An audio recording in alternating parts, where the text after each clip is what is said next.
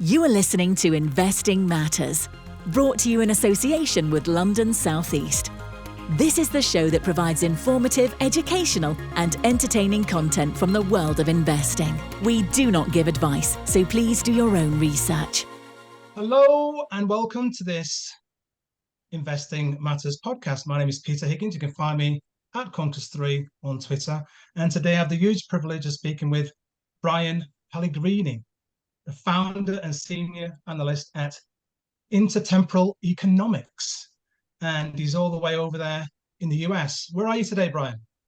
I'm in Westchester, just north of New York City.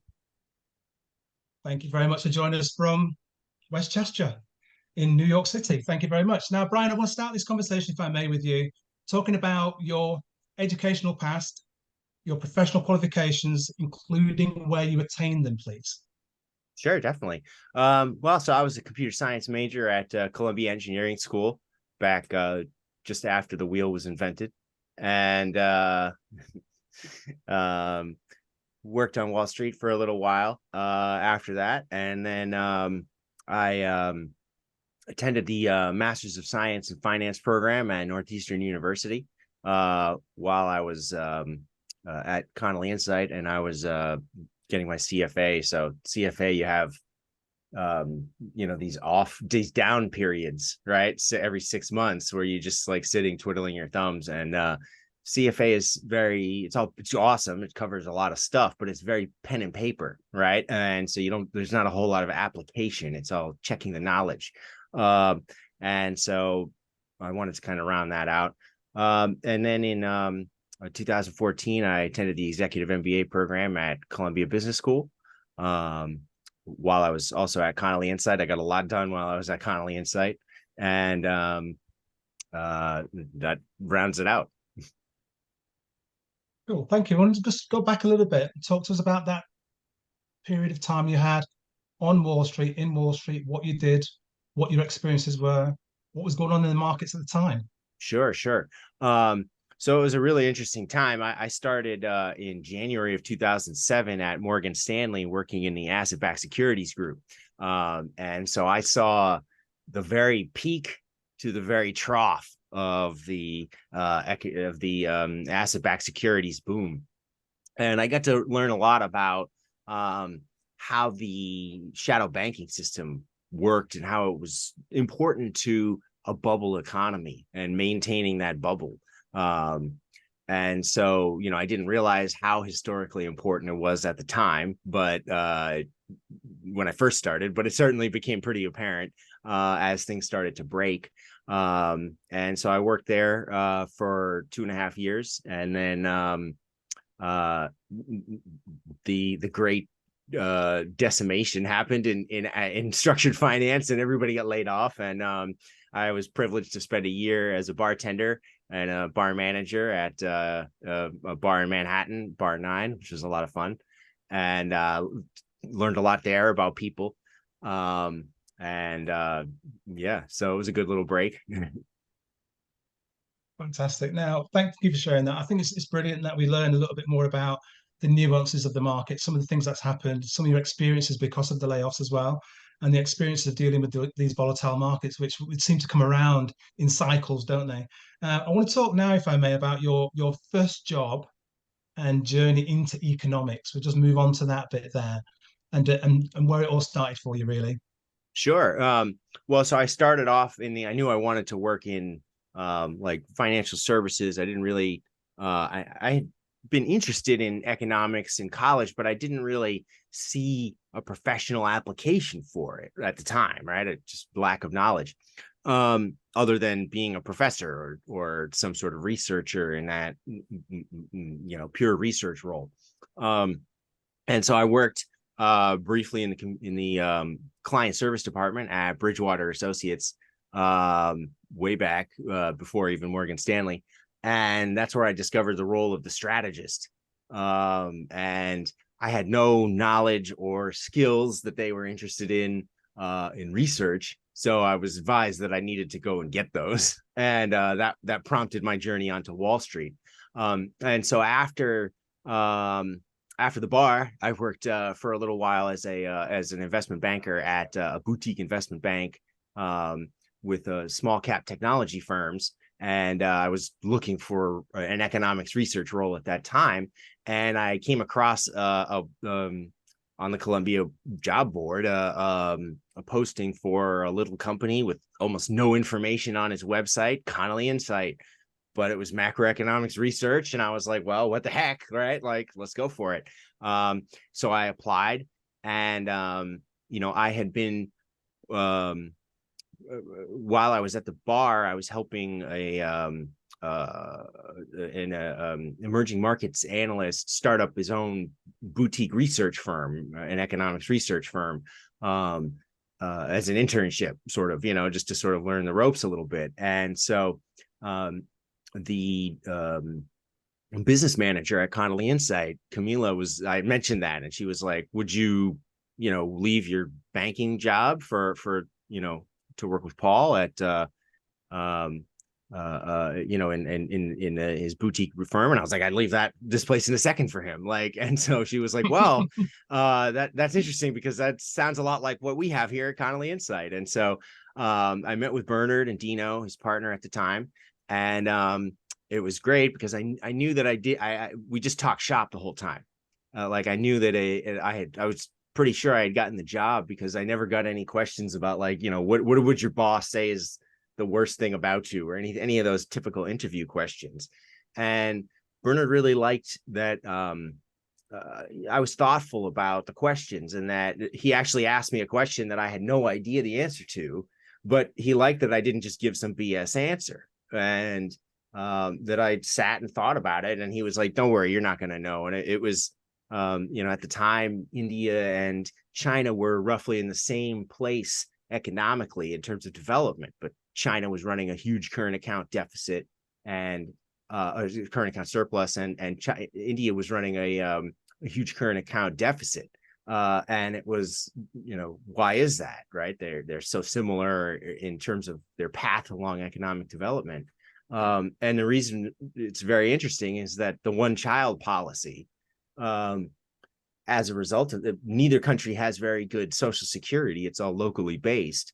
And so because of the one-child policy in China, people saved 35 cents on every dollar, because if anything bad happened to them or their kid, they would need to have the cash on hand. Whereas in India, with a less mature banking system and without the social security, the way people save is by having lots of kids. And you have 8 kids, one of them is going to work at Microsoft, and that they'll fund your retirement.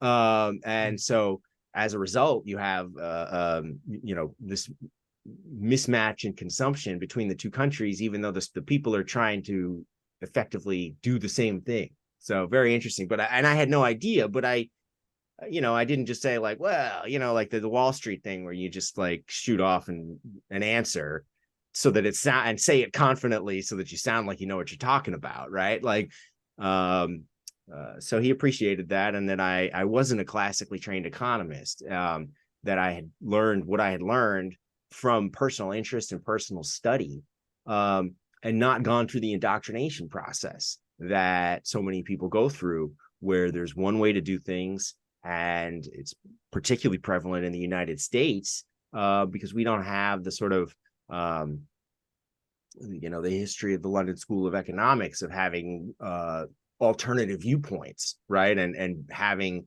somebody be the devil's advocate, if you will, against whatever the current dogma is in economics.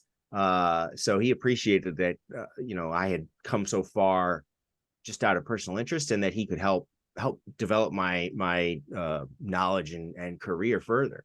So it was a match made in heaven. Fantastic. Now, let's talk a bit more about the impact of Bernard Connolly on your economics then, and your journey, and also your thinking with regards to the Austrian theories, of economics. Sure. So Bernard is a big he draws from many schools of economics, right? Whatever's the best tool, right? So I mean, the one thing that's great about him is he's not dogmatic in that this is the right way or that's the right way, right? You have many different toolkits, and the trick is to draw from the right toolkit at the right time. And a key aspect of Austrian theory is malinvestment. And one of the best thinkers on that range of subjects is Friedrich Hayek. And how do you match up the market interest rate with the rate of return on capital? And if those two things, if the market rate of interest, the rate of return on capital, and the rate of time preference, which is the rate which makes people decide whether to borrow to consume or not, if those three rates are in line, then you can have intertemporal balance, right? So the consumption and investment are timed properly so that the supply comes online at the right time as demand, and then state prices will stay stable. If those things get out of alignment, then it becomes very dangerous and very difficult to get them back into alignment because all the incentives become misaligned. And so Bernard's great innovation was realizing the applicability of Hayek's theories to the global economy and especially the US economy since the mid-1990s. And basically that when the rate of return on investment, as it was perceived, started to increase so sharply in the 1990s, the Fed should have started raising interest rates to prevent the stock boom, right? But they go based on measured inflation. And with China entering the economy and with productivity gains because of those wonderful investments, there wasn't the inflation of goods prices in the present, right? But what's so important to understand about investment is that capital represents the price of goods in the future. So if you are a saver, right, and the price of stocks goes up before you buy them, right, then that means the price of your future consumption, whatever they tell you inflation is 20 years later, right? If 20 years ago, the stock prices went up before you bought them, then that means those goods and services that you buy are that much more expensive in terms of the past money that you had purchased it with. And so because of the way that the government measures inflation, because they can only count, there's a conceptual aspect and there's an operational aspect, right? They can only count things as they're being purchased, right? And not 10 years from now, right? So because they don't consider asset price inflation to be inflation, inflation got out of control in the 1990s, right? It just wasn't anything anybody realized. And so they started raising interest rates in 1998 and started a series of small financial crises, right? With long-term capital management and things like that, but came to the rescue. But eventually what happens is the market rate of interest goes above the rate of return on capital, the Austrian natural rate, right? And when that happens, that arbitrage that investors initially see, where the rate of return on investment is higher than the market rate, and you say, well, I could just borrow to infinity and just keep investing it, and that'll be great, right? But what happens is the scissor blades close. Slowly but surely, the best, investors work from the highest rate of return projects down, right? And so slowly but surely, the available investments, the rate of return on capital starts dropping, right? Because the better projects are taken up. And at the same time, as the central bank is reacting to rising inflation, which does eventually rise, the market rate of interest starts going up, and you get the scissor blades close. And at that point, that arbitrage becomes negative, and you get capital liquidation. And so the desired stock of capital goes down, and you get a crash. And that's and then they, to react to the crash, because they're a political entity and they're focused on current inflation, they say, oh my God, we got to reverse everything, cut interest rates as hard as you can, right? And then that just swings the cycle back. And so that's why we enter these booms and busts. And for a long time, we were able to sort of the Federal Reserve was able to cheat the system because they weren't getting goods inflation, right? Because they were getting so much cheap labor, right, from China, from India, all these other places were providing a damper on goods price inflation. But asset price inflation just keep going up for the last 20 years. And now we've reached the end of that road, right, where labor costs in China are much higher than they used to be, right? All of the excess capacity that was built up after the Great Recession has been taken up. So now you run out of things, and now you're left with all this malinvested capital that was put in place because there was an arbitrage, not because it was a good idea. And so as a result, we've reached the end of that road, and the end of that road is highly inflationary. And it's a very difficult situation for the central bank, because they can either accommodate the inflation and just allow it to keep rising, or they can trigger a liquidation and a rationalization of the capital structure, which is what they should do. But I think that the institutional changes that have taken place at the Fed over the last since the crisis, but have been locked in the last 3 years, those are going to prevent any sort of liquidation, and we're going to get an inflationist reaction to any sort of downturn. We've already seen that in March of 2023, right, where that was their opportunity to show that they actually would allow bad investments to be liquidated.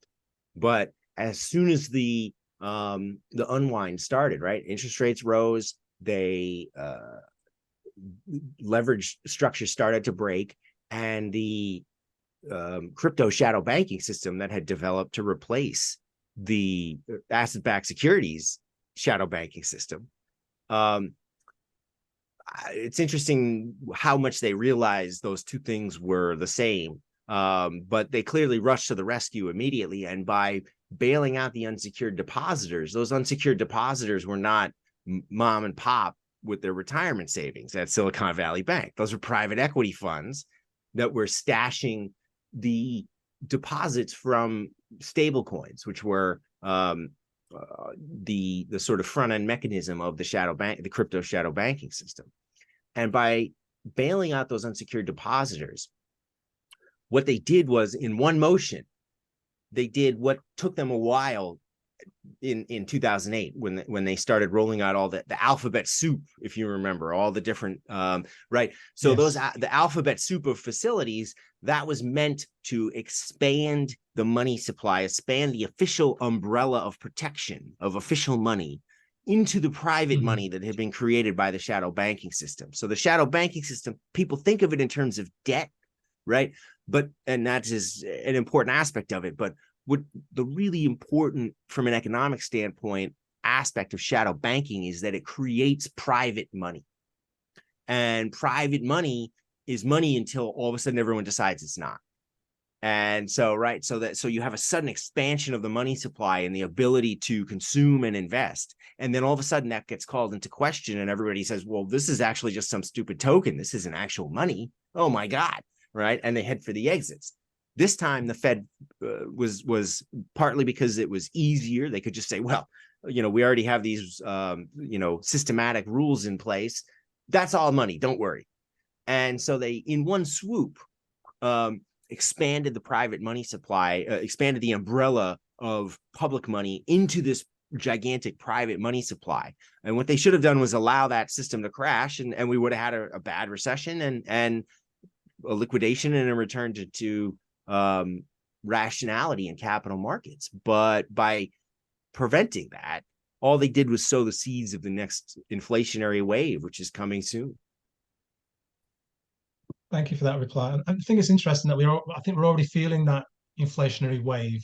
We've seen some of the reactions, and it's always reactionary, it's not precautionary, and so we're in a situation now where across the UK and the US, they're fighting inflation, and they're saying, doing one thing, we're going to get it down, we're going to get it down. Interest rates are still creeping up or staying sticky, as well as inflation. So why do they keep repeating these same mistakes historically, Brian, in your view? That's a great question. I mean, part of it is that the operating framework of most economics excludes the possibility of a bubble, right? So they believe that the transversality constraint is respected, and the transversality constraint is that no one would lend you more money than you could make in your lifetime, right? So that you could never die with a negative balance, right? But that's clearly not true. People go bankrupt all the time, right? We have institutions in society to allow that to happen, right? And so they exclude that possibility as a reality. And their focus is on tomorrow, right? Their focus is on inflation in the present and the very near future. So in their view, if you take a bunch of short-term equilibriums, right? So they're thinking in terms of present equilibrium of goods and services demand, goods and services supply. And so they say, okay, how do we get demand to equal the supply that's in place that they feel they have no control over, right? In their view, the private sector sets the supply, and it has bouts of irrationality that the Fed has nothing to do with and no way to control. And the only thing that they can do is match up demand and supply. And in their view is, if you take a bunch of short-term periods and match them all up and have supply and demand equal each other, then that will give you long-term equilibrium. And one of the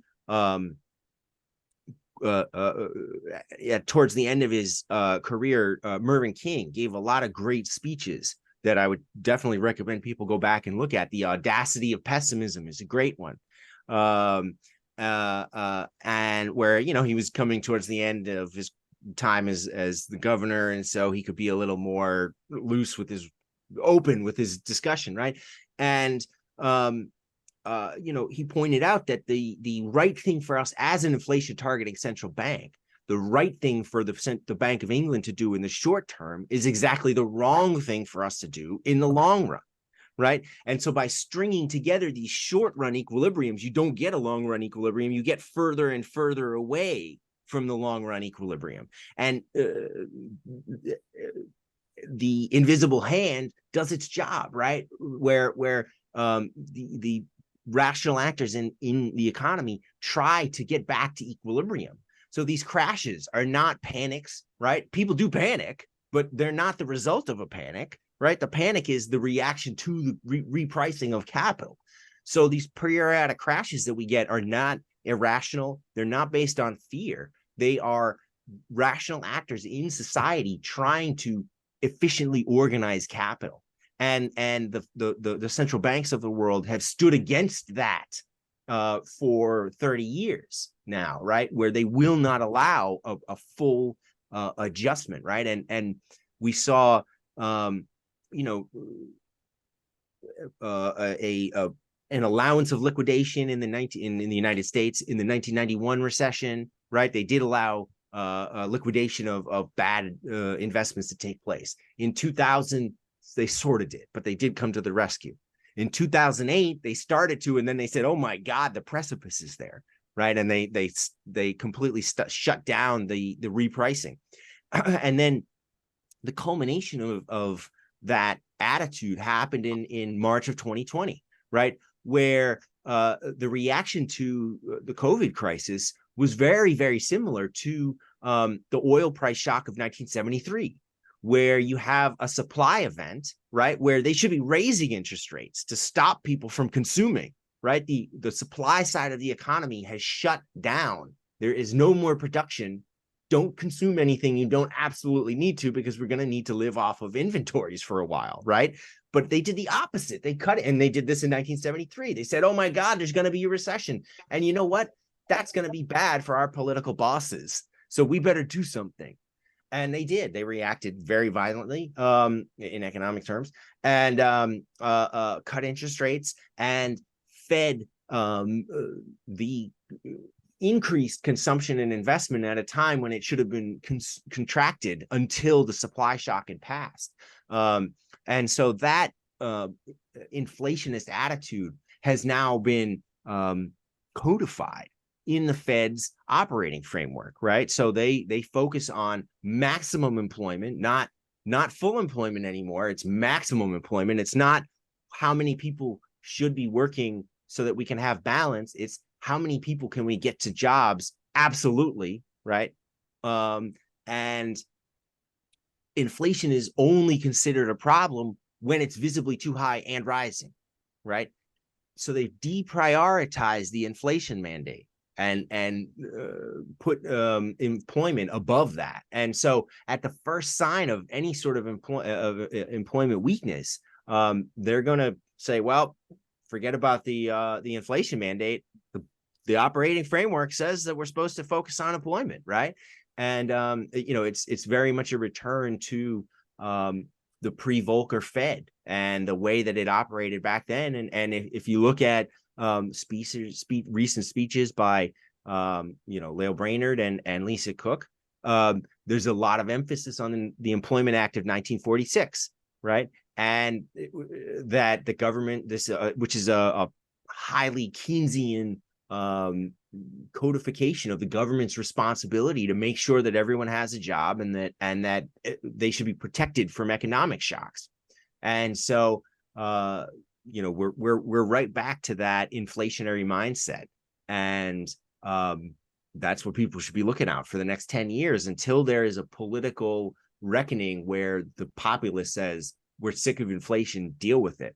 Until that happens, we're just going to get worse and worse inflation. And it's important to think of it in terms of inflation volatility. It's not going to go to 20% for 10 years, right? You'll have year over year inflation will probably hit 20% at some point, right? But it will come down, but it'll come down to 6% or 8%, right? But the price level will stay high, right? So your purchasing power, even though that it's not going to be hyperinflation that just keeps going, investors need to be really concerned about protecting the real value of their capital over the next 10 years, because the government has a huge incentive to repress interest rates and liquidate its massive World War II size debt load via inflation instead of austerity and unemployment. That's the reality.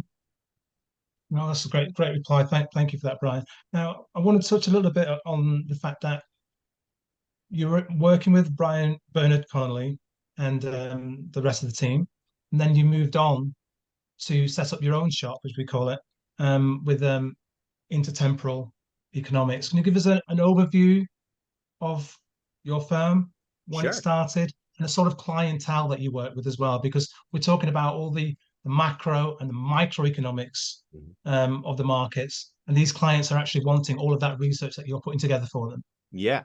So Bernard retired and went back to Britain in at the end of 2017 to write a book, which is just about to come out. I have an advanced copy. You Always Hurt the Ones You Love. It's a spectacular exposition of his genius, and it really explains how we got here and how to understand the interest rate capital nexus and how that fits together, and how those bubbles are born. So it's a great work. I helped him work on it. I would highly recommend it to the readers. I have an advanced copy, so you'll all have to wait out there, but it should be coming out. It'll come out soon and you can pre-order it. I definitely would recommend it. So Bernard had left, and I needed to find something to do with myself. And so I, asked some of the clients if they would have me as a research provider. And so my clients many of them are legacy Connolly Insight clients, but I have some new ones as well. And it's primarily, it's a mix. Sort of the base is definitely global macro hedge funds. Those are people who can monetize it most easily, right? So they can take it and turn it into investments very quickly. But I also advise banks and high net worth individuals. And economics should be for everybody. It's you can also go to my Substack, Capitalist Pig Collective, and that's a little bit more affordable option for people. So what I do is I try and provide my clients with the tools about how to think about important phenomenon in the markets and in the economy that are, I feel, are being misunderstood or underappreciated by, the market consensus. And so instead of just giving them point forecasts or telling them, out of a black box, this is what's going to happen, what I do is I look at what are the determinants of outcomes, right? So how does the machine work that's going to decide what happens in this case, right? And, that can be purely economics, that can be political economics, is frequently one of the main factors that you have to consider. And political economics is something that it's probably the easiest of all economics to understand. But it takes a long time. And so people tend to, in this fast-paced society that we live in, it gets horribly ignored because it's like, well, that's 2 years away. It might as well be on another planet, right? But the reason that political economics is so reliable in terms of being able to forecast is that people react to incentives the same way across time. So a person in the 1700s and a person in 2023 is going to react to the same set of incentives in probably the same way. Human beings don't change that much, right? And so you can say, okay, well, if I'm a central bank governor who's if I'm the Federal Reserve chairman and my job is renewable every 4 years, and I have to keep a political person happy, then I need to respect my inflation mandate, because that's, part of how the Fed is able to do what it does is that it has credibility. But at the end of the day, if I like my job and I want to keep it, I have to do what is politically beneficial to my boss, the president, right? And so, when inflation is low and real interest rates are low, there's very little incentive for political capture of the central bank. So the central bank can operate credibly because, it's sort of a self-fulfilling cycle, where as long as inflation is low, the politicians will leave them alone because great, that's fine, right? As soon as inflation starts to rise, there becomes a dilemma, because the way to defeat it is to push down demand and inflation expectations by causing a recession and increasing unemployment, right? And politicians will accept that to a certain extent, especially if you can blame it on someone else. But as inflation rises, the cost of bringing it down gets higher and higher. And one of the a great economist, Claudio Borio at the BIS, has focused on an inflationary equilibrium. And when an inflationary equilibrium occurs, that's when the cost of bringing down inflation becomes politically too high, right? And we've reached that point, unfortunately, in the Western world, right? Where the actual cost of bringing it down, they're not going to put up with it. They're going to interfere in any way they can. And so until the political cost of that inflation becomes greater than the cost of bringing it down, you should expect that they'll do things to try and stop it when it gets so high, right? But they'll never squeeze out the expectations. They'll never beat it down to the point where, as Paul Volcker did in 1982, raise interest rates while there was in a recession, because inflation expectations were still rising. That's the key, to have someone who's willing to say, well, measured inflation is going down. That's great, but inflation expectations are not. And therefore, we need to show everyone that despite all the pain, despite the unemployment, we're still going to keep money tight. And that only occurred because you had a president and a chairman of the Federal Reserve who were not of the same party, who were both very strong people and didn't like each other. And Reagan tried to intimidate Volcker, but there was years later, Volcker told about a secret meeting with James Baker and Reagan, where Reagan didn't speak. He said it was weird. They went in and it was like a talking dummy, where this Treasury Secretary was talking for the president, and like ventriloquism, right? Like, so Reagan just sat there mute, and Baker said, the president would like you to cut interest rates and or not raise interest rates. And so he was he didn't say anything because he wasn't going to anyway, and he didn't want him taking credit for it. But even in that case where the president had said very publicly that he respected the independence of the Fed and that he was against inflation, once the political cost was concerning to him, that went away. And it was only that the chairman of the Federal Reserve didn't really care and was like, well, whatever, like if he fires me, I don't care, because I don't like the guy. And so, we don't have that situation right now because Powell is not that sort of person, frankly. He's just a more compliant guy. So Brian, are we not entering a inflationary equilibrium at the moment then with what's going on? It feels that like with the push and the pulls going on, are we entering one or not? We're definitely in an inflationary equilibrium. The Fed has set itself up to be overly pessimistic about inflation in the near term and overly optimistic in the long term. So they're going to say, they said, we're expecting core inflation to be 3.5% at the end of the year, and they'll easily beat that, right? Inflation as measured by core PCE will probably get down towards 2%, right? And they'll say, oh boy, we're worried about an overshoot now, right? And they're going to start talking about real interest rates, and they might actually tweak monetary policy, and they'll say we're not easing, right? We're maintaining the level of tightness by cutting nominal interest rates to keep real interest rates stable, right? And that as a signal, because they're worried about the long end of the bond curve, right? They're really worried about they stuffed down the throat of the banks all these treasury bonds in 2021, right? And now they have to deal with the hangover, and they are genuinely concerned about a financial crisis resulting from that and how they're going to have to react to it. So the best way that they can possibly do that is by cutting the expected path of interest rates without dramatically cutting rates, right? Just 25 basis points or something, but the signal is what will be important.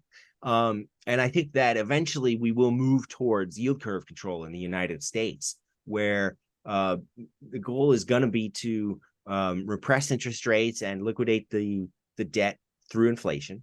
And the best way to do that without causing a panic is to control interest rates. And they did that in 1942. It'll probably be a fairly similar sort of rollout to that. The facilities are already in place. So they have a standing repo facility and they have a reverse repo facility, right? So which do opposite things, right? So why would you want to stand on both sides of the market at the same time, right? And all that needs to be done to change right now, they just have the general collateral rate, right? So all treasury is priced at the same rate. All they need to do to roll out yield curve control in the United States is say that we will discount rates, discount bonds at X rate for this maturity, for the 1 year, for the 2 year, for the 3 year, and this is what the yield curve will look like. And so they will probably move into yield curve control, unlike the Bank of Japan, where they bully the markets, right? They'll probably do it by acting as the broker-dealer of first resort, which is what they do with the way that the Fed funds rate is administered now, right? So they don't set the Fed funds rate. They set the interest on excess reserves, and they basically make it so that the banks wouldn't lend to anyone for less than the desired Fed funds rate, right? And this is what's so important, in that I don't think that either the Fed, but especially the market, has appreciated the change in the way the Fed operates since 2008, right? So when they moved to an ample reserves regime, the locus of control shifted from the FOMC, which sets the Fed funds rate, right, with a market rate of interest. It shifted to the interest on reserves, which is set by the Federal Reserve Board, the 7 politically appointed members, right? So the regional bank presidents have no say in the interest on reserves. So really the Fed funds rate is it's convenient if it matches up with the interest on reserves, but it is not what sets the market rate of interest, right? So now you have four highly partisan governors appointed by Biden. They outnumber, they represent a majority of the Federal Reserve Board, and the chairman of the Fed can never ever lose a vote, right? So it's not Arthur's Round Table, right? So Mervyn King, he frequently was on the losing side of votes at the Bank of England, right? It's a much more intellectually honest committee, right? The FOMC is not that, and it's not even the most important of the two committees that right now, right? The most important of the two is the Federal Reserve Board. So Biden has appointed four PhD economists, right? All professors who are, if you look at the work of Thomas Haverleski, which is political pressures on monetary policy in the United States. It's a great book. He did a statistical analysis of voting patterns based on the resumes of the various board members going back to the start of the Fed. And he found that the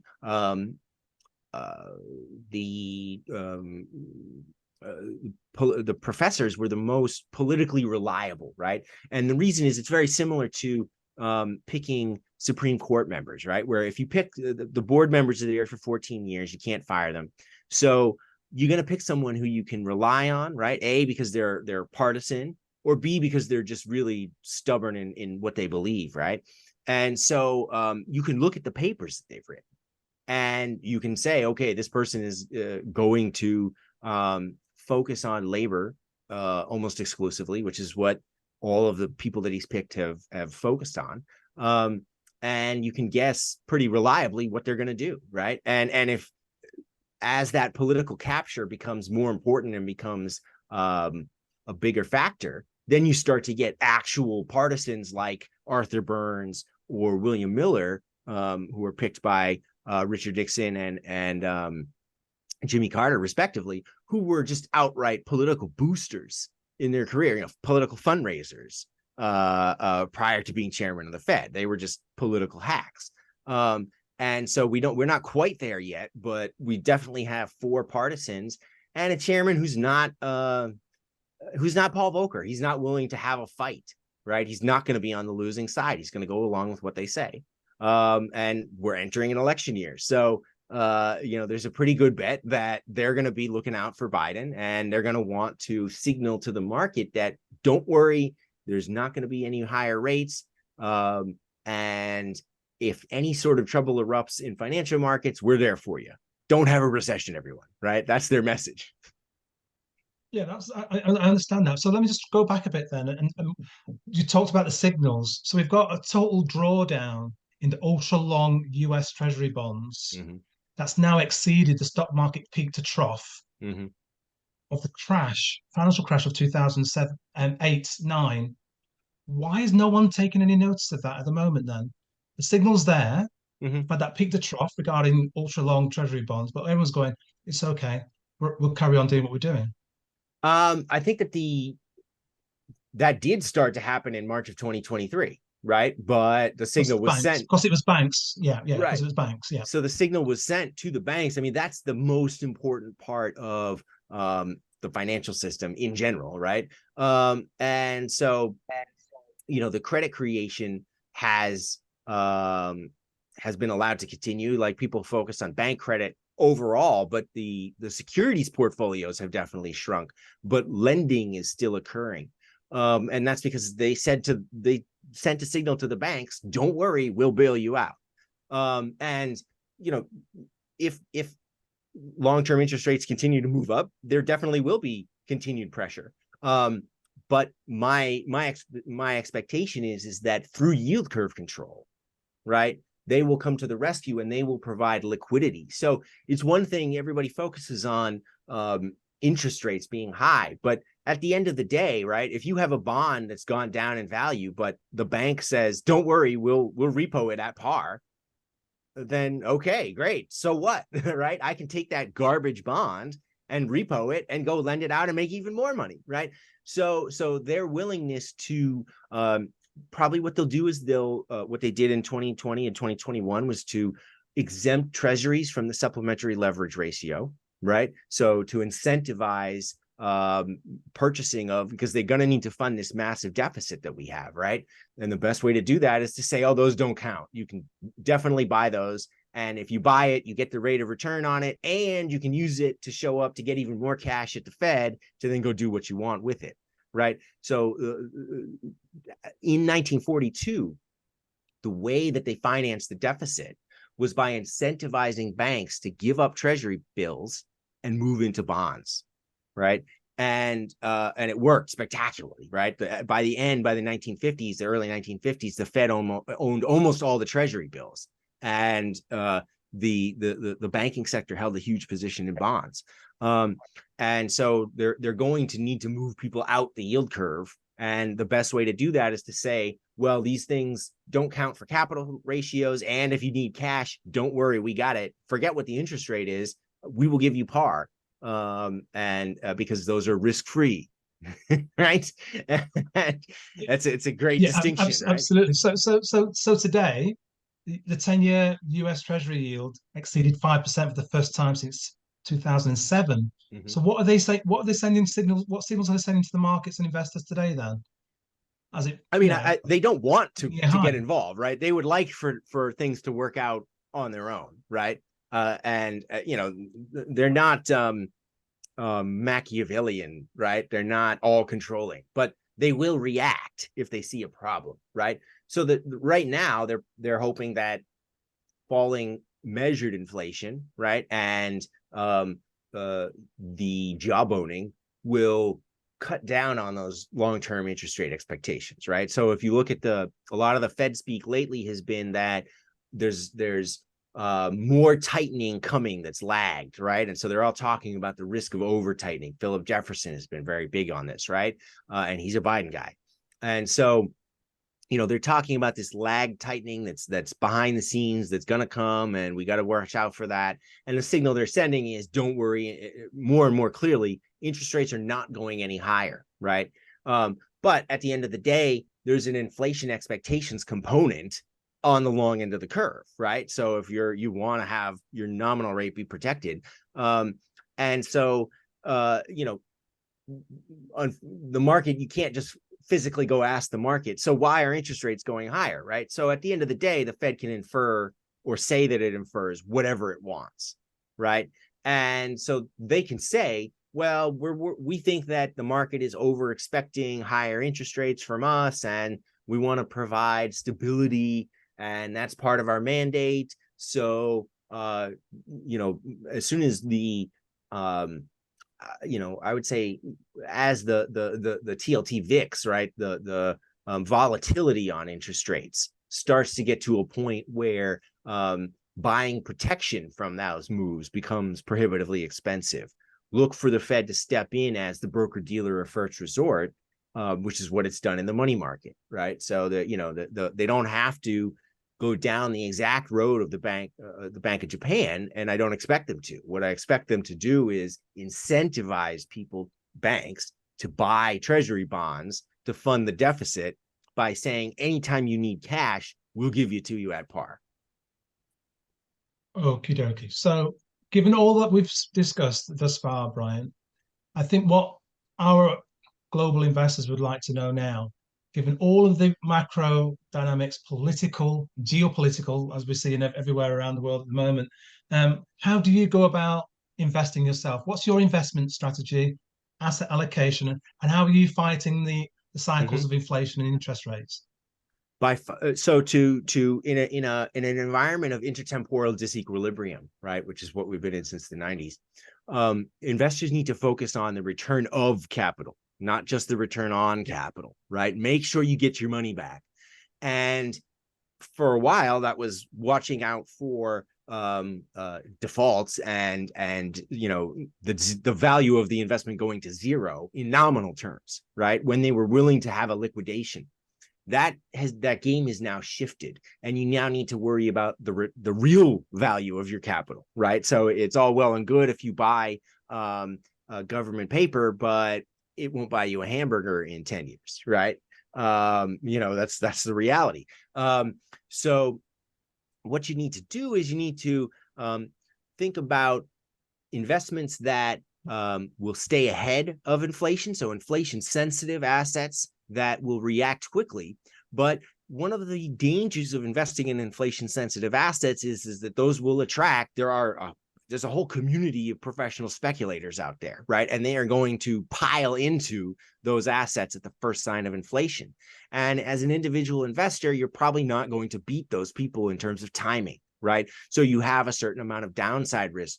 You shouldn't pile everything into inflation sensitive assets because you're getting these ups and downs. You do have, high inflation is really high inflation volatility. And so on the downside of the inflation, you're going to lose out. So you have to take active bets that will stay ahead of inflation, that will generate the returns, and then also look out for less sensitive assets that will keep their real value, but then also not collapse in as soon as inflation starts to deteriorate. So, with gold being an obvious example of that, and there are others. And so you make your bets on the inflation sensitive assets, and then as those bets start to pay off, move the money into inflation protected securities that will maintain their real value even after the hottest period of inflation passes. And be aware that unlike the 1970s, there's a huge asset bubble. Right. So there already has been a huge amount of inflation that's taken place. It's just been in the form of assets.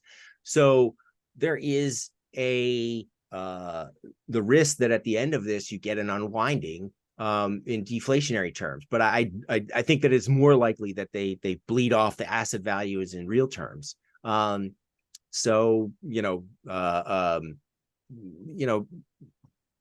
Keep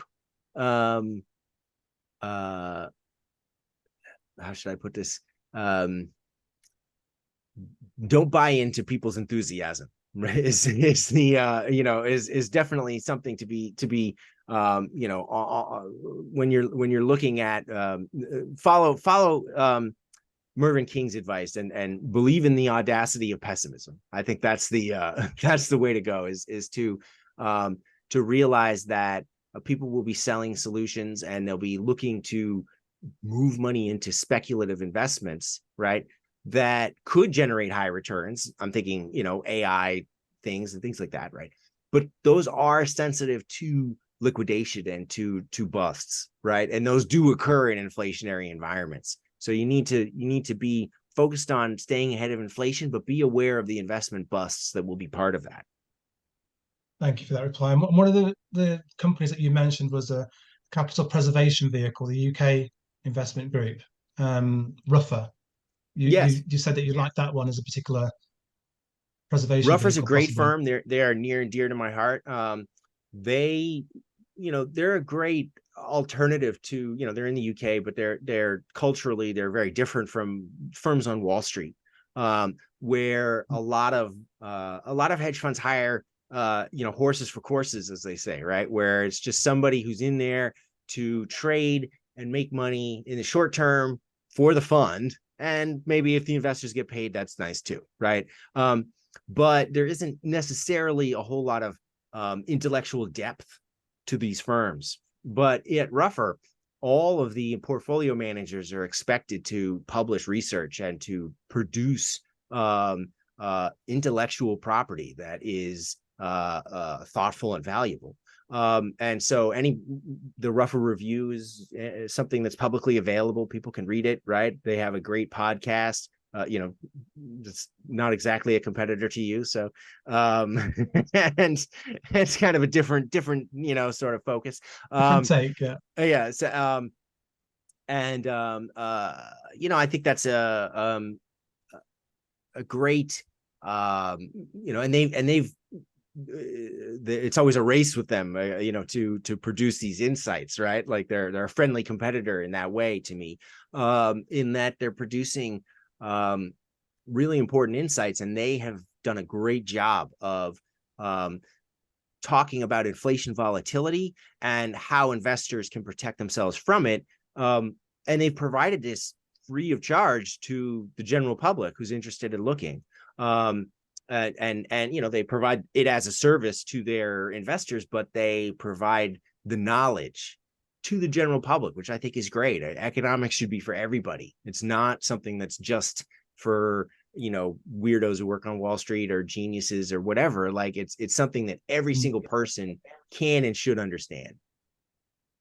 Brilliant. Love that reply, Brian. I'm conscious of the time, Brian, so I'm going to ask you two more questions. Sure. And the first one I want to ask you is your greatest lessons learned through your career and other business interests, because you've got some other stuff that you do as well. So what's been the greatest lessons, and what did you learn from all of this time in and out of Wall Street and dealing with the macro and the microeconomics?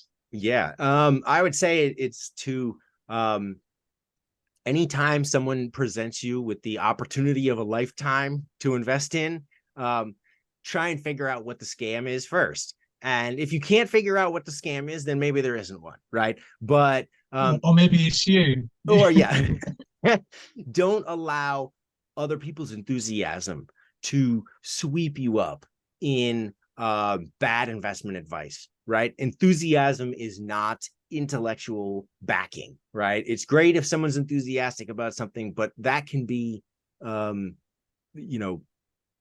affected. It's not necessarily genuine. And even someone who's enthusiastic about something might have no idea what they're doing. So that's an important thing to understand, is make sure that there's intellectual backing to what they're selling. Fantastic. I love that reply. Now, lastly, I just want to ask you, with regards to the markets per se, we're going into 2024 in 3 months' time. Where do you see the land lying regarding interest rates and inflation? What's your 3 to 9 months sort of overview, just to give our global audience a sort of pitch? So right now in October of 23, measured inflation is coming down because, inflation works on like a pipeline, right? So the end of the pipeline where you and I go to the store and buy something, right? That's where it gets measured in the official figures, right? But that's already baked in, right? That's done. And right. The seeds of that inflation are at the beginning of the pipeline, right? The Chinese factories, the supply lines, right? And so looking at the factors that I look at right now, I think we've got another 2 or 3 months, 4 months of core inflation coming down very quickly, right? To the point where it's going to scare the authorities and they're going to start to worry and talk about the possibility of an overshoot, right? The most dovish members already are. But by the spring, the things that are in the front of the pipeline now are going to start showing up. And so you're going to start to see rising inflation coming, say April, May.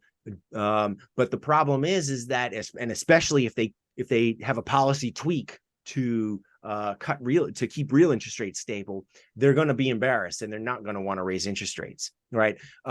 And so there's going to be an embarrassing pause where inflation is accelerating and the Fed's telling us once again that it's transitory and temporary and Vladimir Putin's fault, right?